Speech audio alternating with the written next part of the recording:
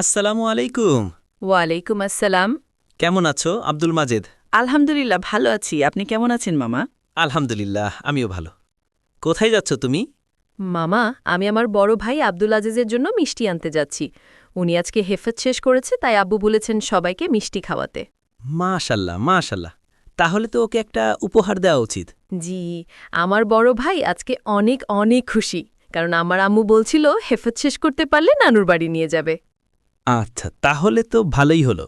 ও যখন বাড়িতে আসবে তখন ওকে বড় একটা উপহার দিব। আচ্ছা, ওকে বলিও যাতে সুন্দর একটা জুব্বা পরে নানুর বাড়ি আসে, কেমন? আচ্ছা, ঠিক আছে মামা, আমি বড় ভাইকে বলবো। আচ্ছা, তোমার ছোট্ট ভাই আব্দুর রহিমের কি অবস্থা? ও কেমন আছে? আলহামদুলিল্লাহ মামা, আমার ছোট্ট ভাই আব্দুর রহিম অনেক ভালো আছেন। আচ্ছা মামা, তোহা, ইকরা, নুসরাত জাহান, মাইশা এরা সবাই কেমন আছে? আল্লাহর রহমতে এরা সবাই অনেক ভালো আছে। আচ্ছা ঠিক আছে মামা, তাহলে আমি যাই। হ্যাঁ ঠিক আছে, তুমি মিষ্টি নিয়ে তাড়াতাড়ি বাড়িতে চলে যাও। ঠিক আছে মামা, আল্লাহ হাফেজ।